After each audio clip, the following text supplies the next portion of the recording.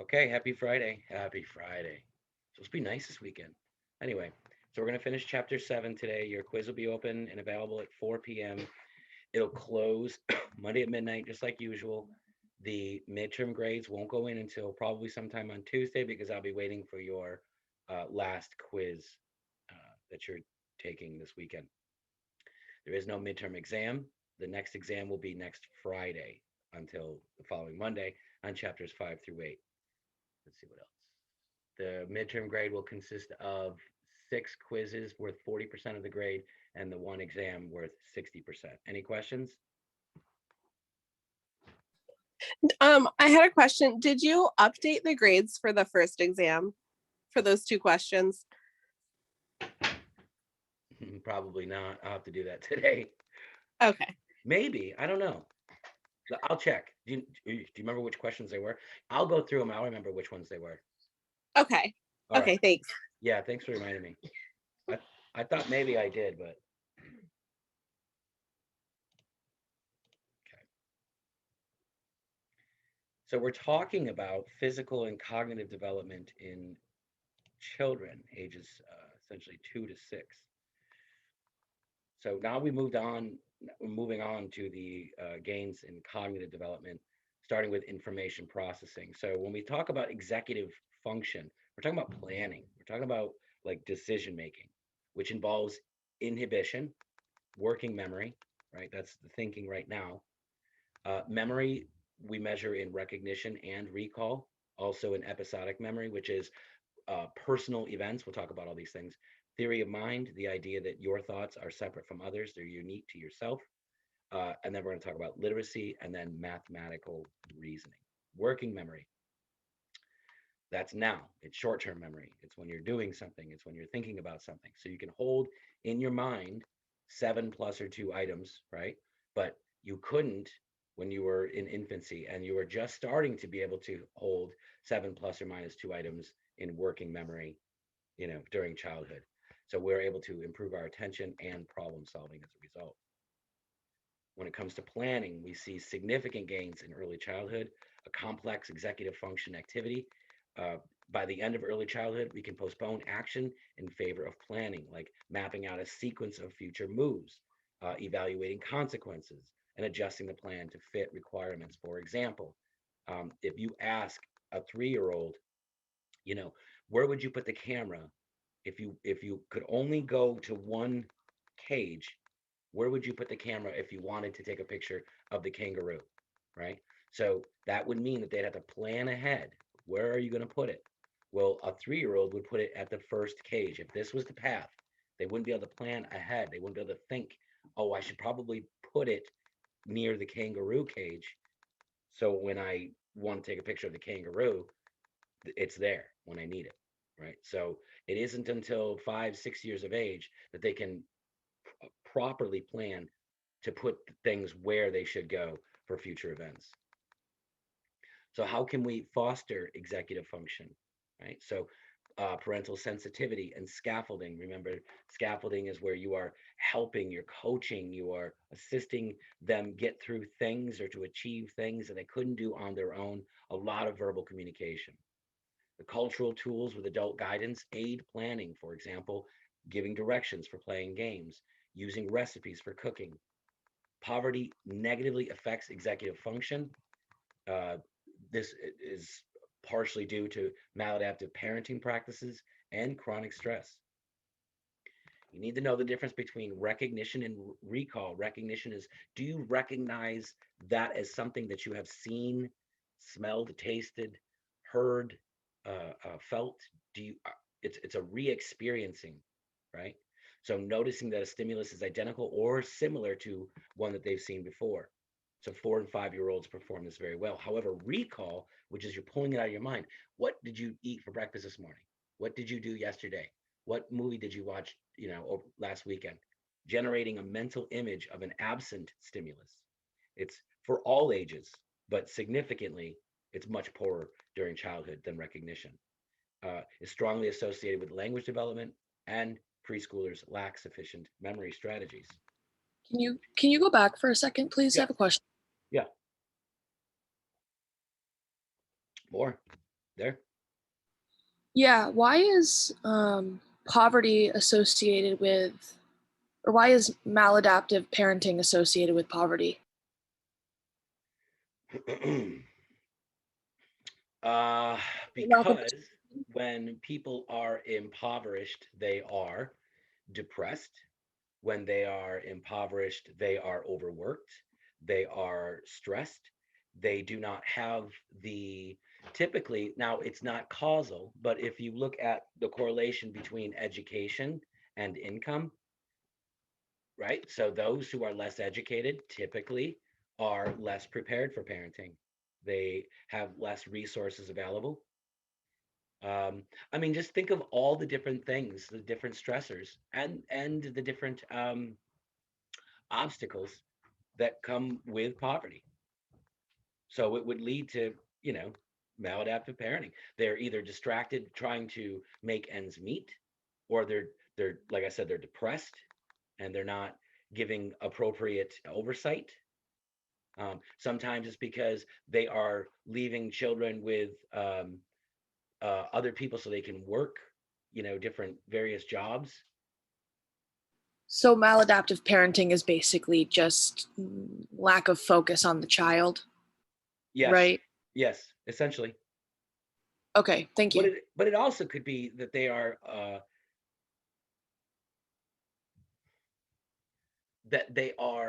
and I go back to the correlation between education and income. It could be that they just don't have the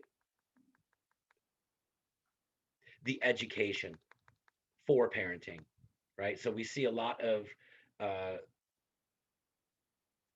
interventions for parents who don't have um, the experience, the training, the exposure to proper even prenatal health care, right? So when they finally have their kid, you know, they don't know what to do. They have no clue. So it could be a lack of education also, is what I'm saying. That's what I thought It's a good first. question. Hmm. Okay, thank you. You're welcome. Alex, you have a fuzz on your butt. You probably want to, you see it? Yeah, it's a little, there you go. All right, you're welcome. All right, episodic memory. Okay, so episodic memory is like we learned this in intro, right? You you have specific memories for events that you personally have experienced, like your birthday, right? So these are descriptions of familiar routine events. They help children organize, interpret, and predict events.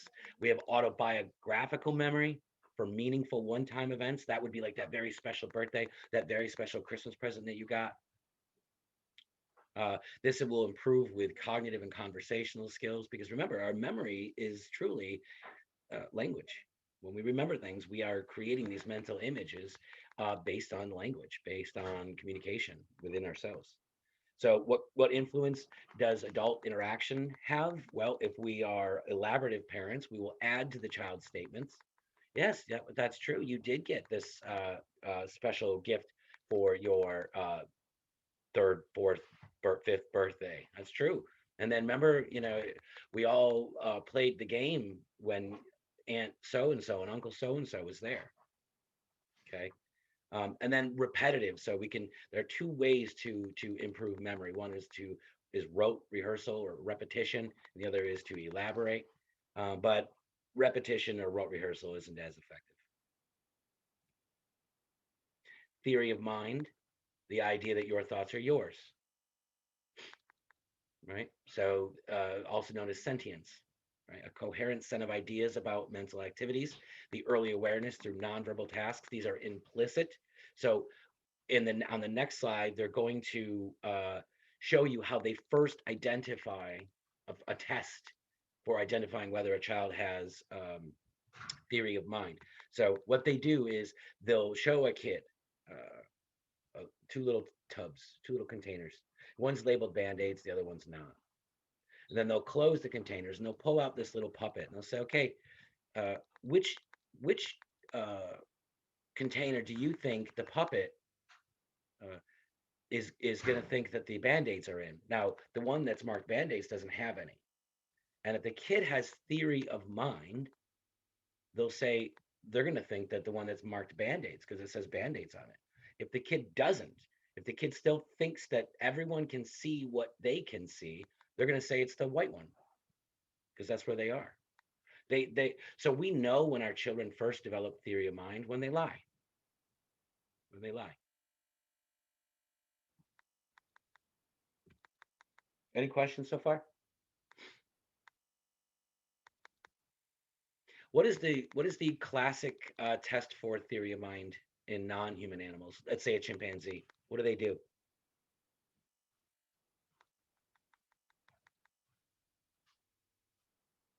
I'll give you a clue. It involves a mirror. See how they react to their reflection? Kind of. How do they manipulate their reflection? Putting the mirror in front of them? No. I mean, they have it available. You're right. But they do something.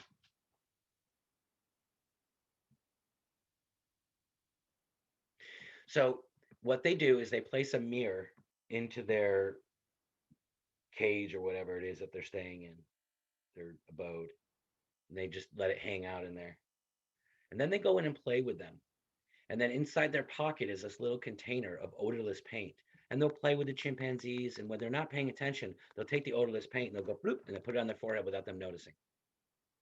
And then they'll play around the mirror. And the chimpanzee, when they see themselves in the mirror, they go, wait a minute.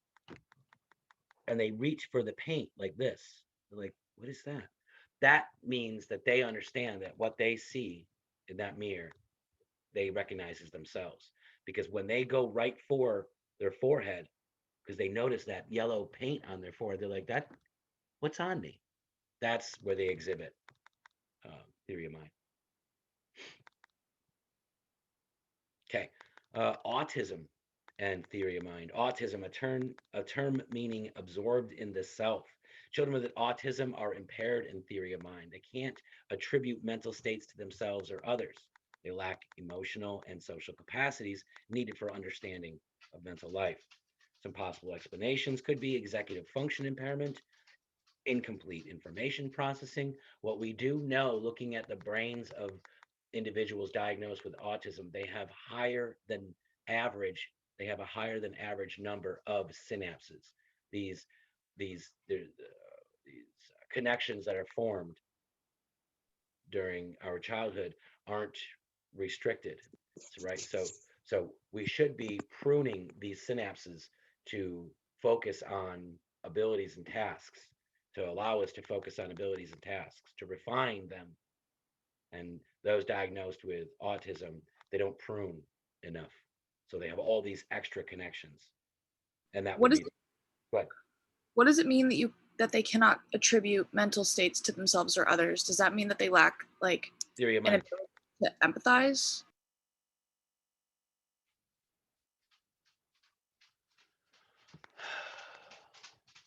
Not always, right?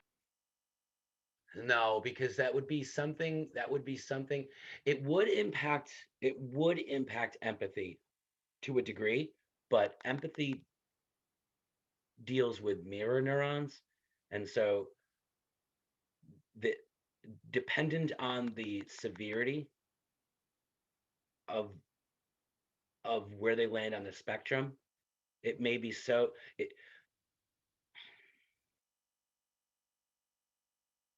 it's more, what they're saying is it's more focused on their inability to separate themselves from others and others from themselves.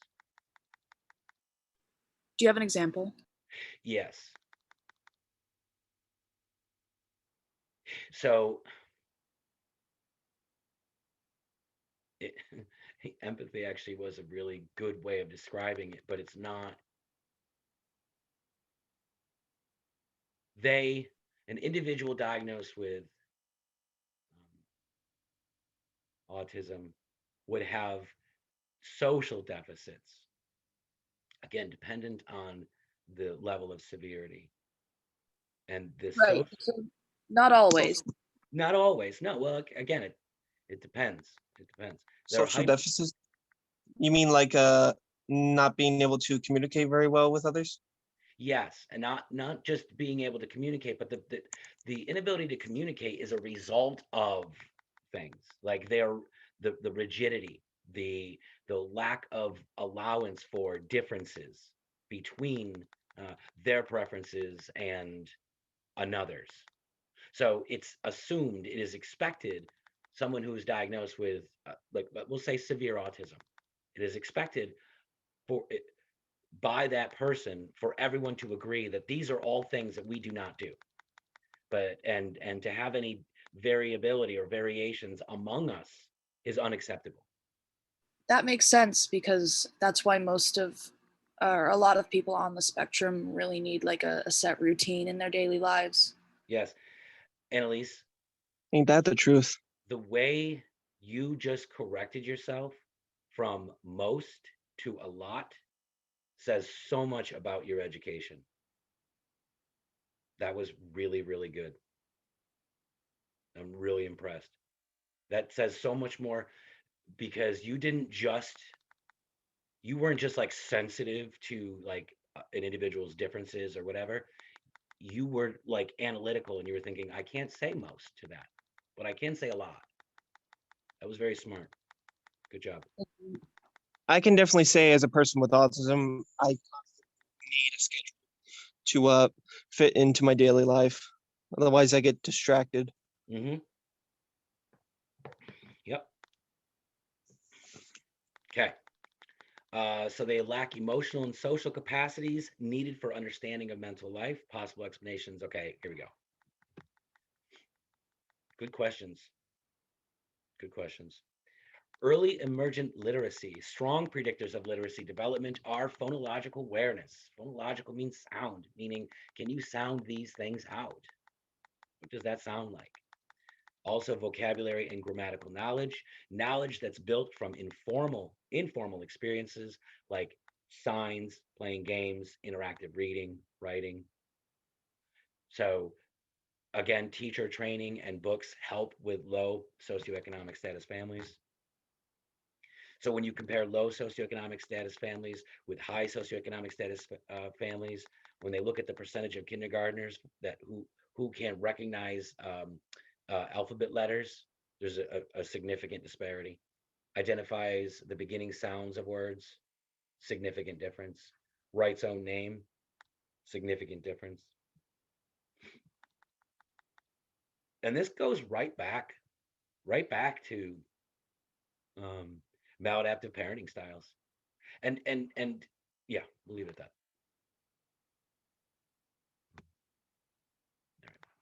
Early childhood mathematical reasoning. Between 14 and 16 months, they develop ordinality, which is the grasping of the order of relationships between quantities. They can count up to five objects. Cardinality is the idea that when you end on a number, that's the total. Um, they use counting to solve simple math problems at 4. And a lot of it has to do with less versus more. And then eventually less versus more becomes more of an understanding of quantity that gets more and more refined. So some factors that contribute to individual differences, the home environment, the quality of childcare and educational media. So when we look at the home environment, high quality home environment fosters intellectual growth. It includes uh, the features include an environment that's rich in educational toys and books, warm and affectionate parenting, language and academic stimulation, reasonable demands for socially mature behavior, healthy. So reasonable demands, they're saying don't, children are children, right? But they're also needing to be, taught. So be reasonable. Find what the reasonable middle ground is. Like, yes, this is no, that's not what we do. We can't do. Those are things that we cannot do. These are things we should do. Healthy conflict resolution, no force or physical punishment. The types of preschool and kindergarten also have an impact. child-centered programs where the children select from a wide variety of activities and they're focused on learning through play, versus academic programs where you have teachers who are structuring the learning. They develop formal lessons using repetitive drills of letters, numbers, etc. Evidence suggests that large group teacher-directed learning undermines motivation.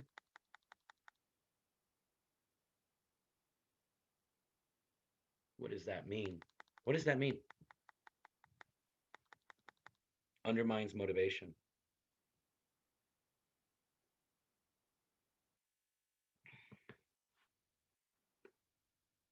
Means it diminishes it.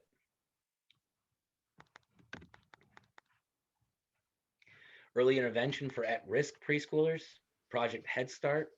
Wait, I have a question. Yep. I'm sorry. That's all right. So it undermines motivation. That's because, so this kind of reminds me of what we talked about in 101, and I could totally be off, but remember when we talked about how, oh, I guess it's like, it makes me think of like group think. But I guess Just tell us your thoughts. students are less likely to participate if other students are involved, right? Because they feel that less of the responsibility falls on them. Oh, social loafing. Yes, social loafing. That's what I Good. was trying to think of. Good. Good. Yeah. Because it's a large group. That Mhm. would be my assumption, like No, that's a good part one. of why it undermines motivation. Sure, because their personal investment can't be assessed. Right. Yeah, right. Good. I like how you connected social psychology to human development. You're on a roll, spin doctor. I'm focused today, Yeah, kind you're of. focused, super focused. Early intervention for at-risk preschoolers. Again, the Project Head Start requires high parent involvement. Head Start Ready, where there's extensive teacher training. High scope Perry preschool project. Now, this was a university-based cognitively enriching preschool. So that means that they had, these preschools on campuses, and then the life success measures will extend way into adulthood. Childcare, the important features of good care, the physical setting, the group size, the adult-child ratio, and the number of interactions as a result, the types of activities, the teacher qualifications, certifications, training, substandard care, long hours in crowded centers.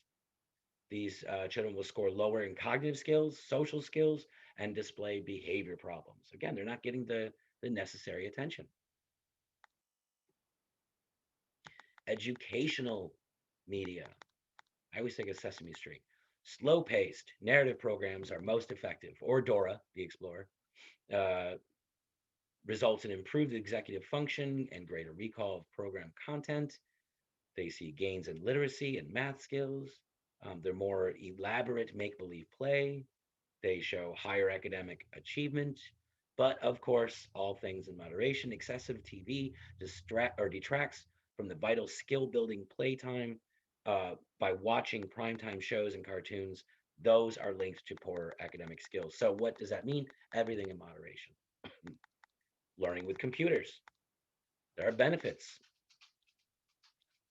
Those who learn with computers develop language, literacy, and math skills, expanded general knowledge, more elaborate pictures and texts, writing with fewer errors, right? The simplified programming languages promote problem solving and metacognition, which is thinking about thinking. I know that's a weird thing, but so there are benefits. But of course, excessive use for entertainment and game playing can be harmful, right? Because sedentary, right? You got to move, you got to play, you got to interact. Language development, vocabulary. We go through what's called fast mapping, and then we're going to talk about grammar, specifically overregularization. We'll talk about that. We're going to talk about conversation and the what supports language development. So vocabulary development from age 2, we will have about 250 words. By age 6, we have about 10,000 words. right? We acquire 5 new words on average a day. This is due to something called fast mapping, right? We have all of these super connections made, these connections made in our brain, right? And this is where people diagnosed with autism, they have the connections made like just like everyone else, but they just not pull back enough. They don't um, reduce those dendritic sprouts. So fast mapping, we will acquire object names, action words, modifiers. We'll draw on multiple cues, right? Our perceptions, our social experiences. So the grammatical development, the basic rules of a simple subject, verb, object, right? Um, Small changes to express meanings flexibly. They'll add ing for ongoing actions and s's for plural. But over-regularization, where you are overextending the rules, like I goed, right? Instead of I went. So they're not using additional words, but they understand that past tense is the D. You got to put, ed or not in their mind, but they understand that, so I aided instead of I've eaten or I ate or I eated, I guess. Conversation now, right? Pragmatics, effective and appropriate communication, skilled face-to-face interaction and turn taking by the age of 2. We can infer the speaker's intention that's not even directly expressed by the age of 3. We can adjust our speech to fit the listener's age, their sex, their status by age 4. We can converse and give directions on the phone by ages 4 to 8.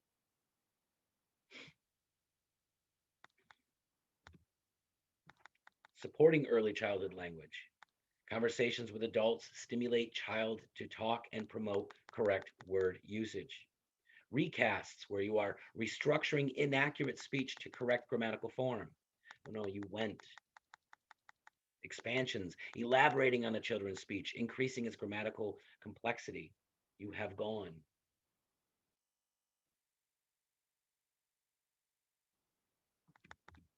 Okay. All right, I'm going to stop recording. See you on Monday.